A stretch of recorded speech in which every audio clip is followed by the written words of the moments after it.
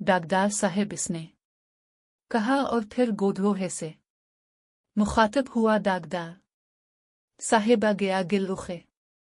डाकदार साहब बड़ा अच्छा आदमी है, बड़ा मुसलमान आदमी है, ये तुमको ठीक कर देगा, ये तुमको अनार का दाना बना देगा मुझे।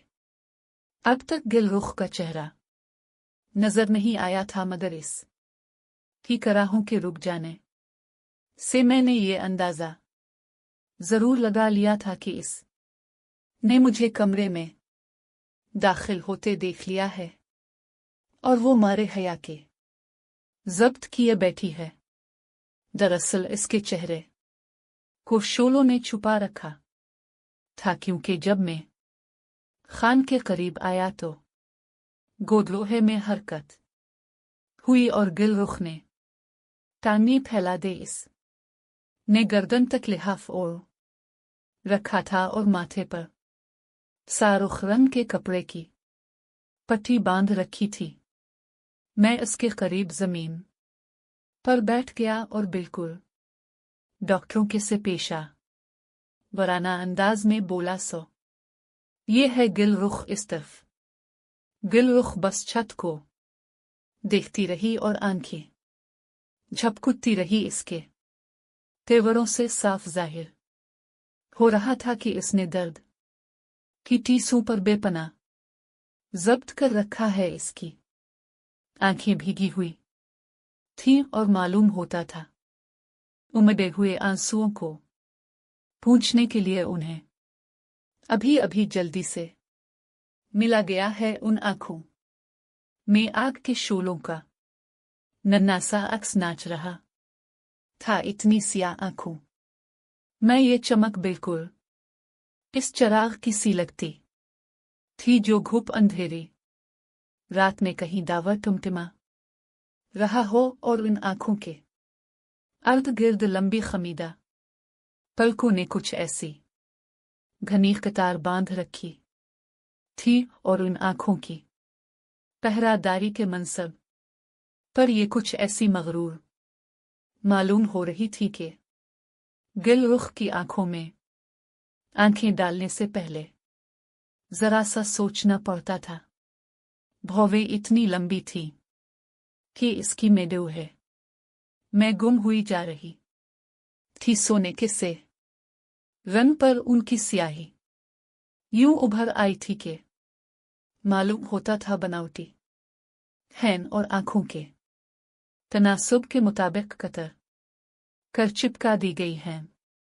इसकी नाक की उतार में एक तदरीजी उठान थी और नथनों के जरा से उभार में जज्बात सिमटे बैठे थे। दर्द पर जब्त करने के बायस इसके नथने फड़क जाते थे और चेहरे का सूना चमक उठता था। मसनूई हद तक गुलाबी होंठ नीमवा थे, इसलिए उनके बैरूनी खतूत बहुत वाज़े हो रहे थे। ऊपर का होंठ इस कमान का सा था जिसे कदीम यूनानी संग तराश क्यूपिड के हाथ में दिखाते थे, और निचला होंठ एक कौस सी मालूम हो रहा था। सिर्फ वस्त में आकर वो बहुत खफीफ सा खम खा गया था। दोनों होंठों के गोशे कहाँ मिलते थे इसका मुझे इल्म नहीं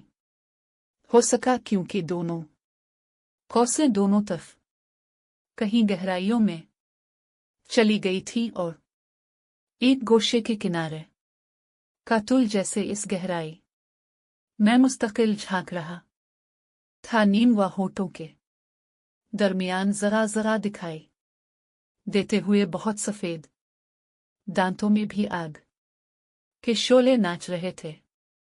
इसकी ठोड़ी को गोल के एक नसरी ने छुपा लिया था और कानों को एक मैली सुर्ख चादर ने, जिसके किनारे के साथ साथ इस की कंपटियों से अल्फा पर की बारीक बारीक गुंधी हुई मेडोहे का एक हिस्सा नजर आ रहा था। ये सब कुछ मैंने एक नजर में और एक पिल मैं देख लिया और बाद मैं जब मैंने सोचा कि एक ही पल में इस के चेहरे की एक एक तफसील को किस तरह अपने ज़हन में महफूज कर लिया, आखिर मुझे इस की कंपटियों के नीचे वाले सुनहरे रुएं कैसे दिखाई दे गए और इस की एक गाल पर का वो सुई की नोक का सा सुर्ख निशान कैसे याद रहा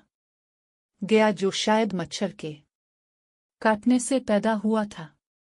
बहरहाल मैंने गुलरुख को एक नज़र देखा और फिर खान की तरफ यूं देखा जैसे कह रहा हूं, तुम ठीक कहते थे खान, तुम्हारी बेटी सही मानों में जवान है।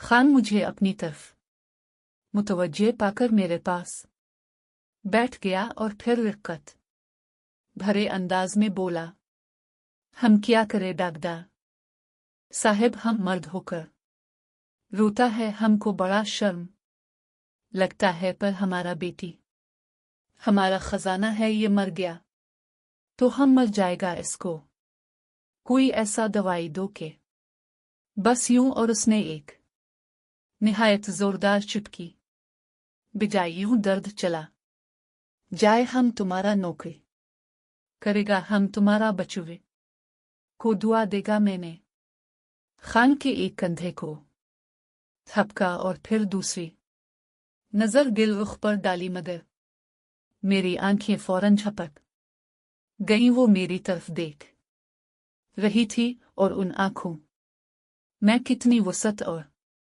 कितनी गहराई थी। मेरा ज़हन इतने मुकम्मल हसन को गिरफ्त में लाने के लिए हाथ पीर मार रहा था, सो से इस बेकार की रियाजत से बचाने के लिए मैंने गिलरुख से पूछा, किस किस्म का दर्द है? गिलरुख एक जगह पर कचोका सा महसूस होता है, ये दर्द काफी नसी पर फैला हुआ है। खान की आवाज एकदम करख्त हो गई, और क्या पूछता है? उधर हमसे पूछो ना, मैंने नागवारी से कहा, तो मुझे यहां इसलिए लाए होना कि मैं मरीजा को देखूं। देख तो लिया, उसने कहा, अब दूसरा बातें हमसे पूछो। मैं खुद तो परेशान हो ही रहा था, इंतकामना मैंने उसे भी परेशान करना चाहा। मैं गिलरुख की नब्ज देखना चाहता हूं। नहीं, वो बोला, नब्ज नहीं देखे गा तुम, गैर मुहर्रम है, हम जनाना लोग का नब्ज नहीं दिखाता है, हम पठान है। मैं गुस्से से उठा और तेजी से कदम उठाता बाहर आ गया। खान मेरे पीछे भागा और अंदर से गिलरुख की लंबी लंबी कराहों की आवाज आने लगी, कदर को जाता है डागदार साहिब। खान का लहजा फिर नर्म हो गया, नाराजी मत करो ना, उधर हमारे वतन में लड़की का नब्ज नहीं दिखाता है, हम तुमको बताता है गिल रुखे के उधर को भी दर्द है, उधर को भी दर्द है, बड़ा काफिर बुखार है, जुबान सूख जाता है, खांसता है तो चीखता है, रात को खानसा तो बेहोशी हो गया। देखो डागदार साहिब, हमारा बड़ा नुकसान हो जाएगा, हमारा बेटी जवान है। मैं ने तंग आकर कहा, खान देखो डॉक्टर, अगर मरीज की नब्ज ना देखी, ये आला लगाकर दर्द वाली जगह ना देखे, इसकी जुबान ना देखे, इसके नाखूनों का रंग ना देखे, और खुद मरीज से इसकी बीमारी का हाल ना सुने, तो वो इलाज खाक करेगा। अगर ये सारी बातें तुम ही को बतानी थी तो फिर मुझे यहां क्यों लाए हो डागदार साहिब? खान इन अल्फाज को कुछ यूं खींचकर बोला जैसे उसे मेरी सादगी पर रहम आ गया है। हम तुमको ये दिखाने लाया कि हमारा बेटी जवान है। मैं चकरा कर रह गया, मेरे दिल में उबाल सा उठा के खान से इस तकरार की वजह पूछूं और इससे ये भी बता दूं कि इसकी बेटी वाकई जवान है और नाकाबिल यकीन हद तक हुसैन भी है, और वो इन मेले कुचेले गोदलोहे में लिपटी हुई यूं नजर आती है जैसे कूड़े पर गुलाब का फूल पड़ा हो। लेकिन आखिर उन सब बातों से मुझे क्या लेना है? खान ने मुझे हैरान देखकर पूछा। समझा? समझ गया, मैंने कहा, और खान को मैंने पहली बार मुस्कुराते देखा, लेकिन गिल रुख की कराहों की आवाज सुनकर उसकी मुस्कुराहट मुरझा गई और वो लपक कर दरवाजे तक गया। पश्तों में उसने गिल रुख से कुछ कहा और मेरे पास आकर गिल रुख के दर्द, बुखार और बेकरारी का सारा किस्सा दोबारा कह सुनाया। मैंने इसे तसल्ली दी और बताया कि पेंसिलिन के चंद इंजेक्शनों से गिल रुख तंदुरुस्त हो जाए। गी सुई लगेगा? इसने आंखें फाड़कर मुझसे पूछा। नहीं डॉक्टर साहिब, सुई नहीं लगाओ, गोली दो, शरबत दो, सुई बड़ा काफिर चीज है, सुई तो हम भी नहीं लगवाएगा। गिल रुखे कैसे लगवाएगा? अब ये नई मुश्किल पैदा हो गई थी और उधर शाम होने को आई थी और मतब में मरीजों का एक हुजूम मेरा मुंतजिर था। मैंने खान को यकीन दिलाने के लिए खिलाफ आदत कस्में खाएं कि गिल रुख सिर्फ इसी तरह तंदुरुस्त हो सकती है। फिर उसे चंद वाकयात सुनाए कि किस तरह नमूनिया के वो मरीज जो ये इंजेक्शन ना लगवा सके मर गए। साथ ही में ने से ये भी समझाया कि डॉक्टरों और हकीमों के मामले में मुहर्रम और गैर मुहर्रम की कैद उड़ा दीनी चाहिए, और अगर तुम ये सब बातें नहीं मानते, मैं ने से खौफ ज़दा करने की कोशिश की, तो फिर अपनी गिल रुख के कफन और कब्र का अभी से इंतजाम कर लो। इस हालत में तो शायद वो आधी रात तक भी मुश्किल ही से जी सके। खान निचले होंठ को दांतों मैं दबाकर यूं एकदम फूट फूट कर रो दिया के बावजूद डॉक्टर होने के मुझ से जब्त न हो सका। मैंने फौरन बेग खोला, दवा तैयार करके सरिंज में भरी और दरवाजे की तरफ बढ़ा, मगर खान ऐसी तरह रोता हुआ रास्ता रोक कर दरवाजे में खड़ा हो गया और आहिस्ता से बोला, सुई को छुपा लो।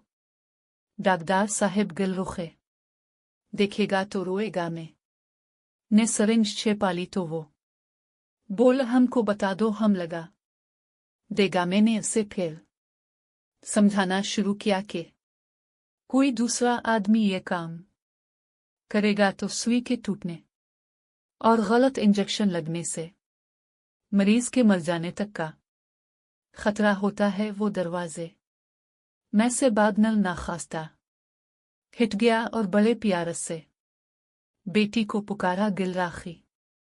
गिल रुख की कराही एक दम रुक गई। खान बोला, डॉक्टर साहब तुमको एक दवाई देगा। दवाई जरा सा काटता है, पर ये इंशा अल्लाह बीमारी को भी काटता है। मेरा बेटी ठीक हो जाएगा। हम अपना बेटी के लिए रेशम का शलवार लाएगा, शीशे वाली चौड़ी लाएगा, जलेबी खिलाएगा। फिर इसने मुझे अंदर आने का इशारा किया। गिल रुख ने दीवार की तरफ करवट बदल ली थी और उसकी मोटी सी चोटी फर्श पर बिछे हुए गोल पर नागन की तरह लहराई हुई पड़ी थी। खान ने एक लंबा डग भरा और चोटी को गोल में कुछ इस तेजी से छुपा दिया जैसे इस चोटी की वजह से सारी गिल रुख नंगी हो रही है। फिर इस ने होंठों से पिच पिच की आवाज निकालते हुए गिल रुख के सर पर हाथ फेरा और मेरी तरफ देखा। बाजू पर से कपड़ा हटा दो, मैंने कहा यहाँ से।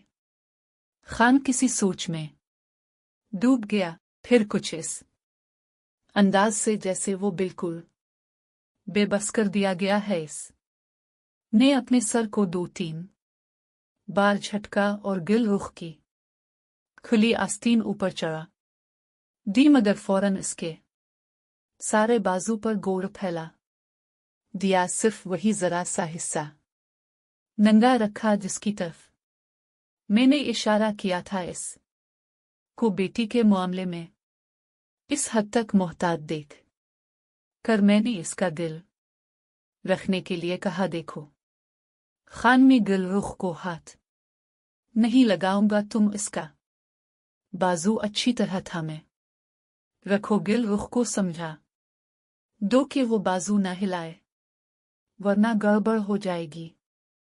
खान ने पश्तो में गुल रुख को समझाया और मेरे तरफ बड़े दर्दमंदाना अंदाज में देखा। मुझे बाजू की तरफ झुकता देखकर उसने गुल रुख से कहा, दवा काटेगा गिल रुखे खबरदार। मैंने तेजी से सुई को गिल रुख के बाजू के सोने में उतार दिया। वो सर से पांव तक लरस गई, मगर उफ तक न कि खान ने अपने निचले होंठ को बड़े जोर से दांतों में दबा लिया। मैं ने जल्दी से दवा गुजार दी और फिर खान को सुई के पास उंगली से दबाव डालने को कहा और सुई खींच ली। रोई का जरा सा टुकड़ा देकर मैंने उसे हिदायत की कि इंजेक्शन की जगह को जरा सा मिल दे। में वापस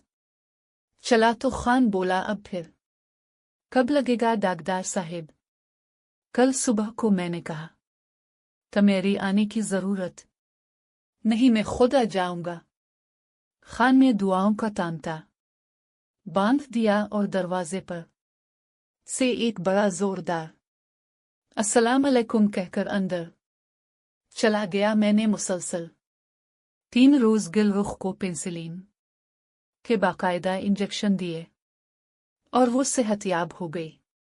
मेरे जाते ही वो खुद ही आस्तीन चढ़ा लेती, मुस्कुराती, इंजेक्शन लेकर आस्तीन गिराती और करवट बदल लेती। और खान बाहर आकर मुझे हजार हजार दुआएं देता और कहता, खुदा ने बचाया, डाकदार साहिब ने बचाया, बड़ा मेहरबानी किया। हमारा बेटी जवान था ना, मर जाता तो हम भी मर जाता।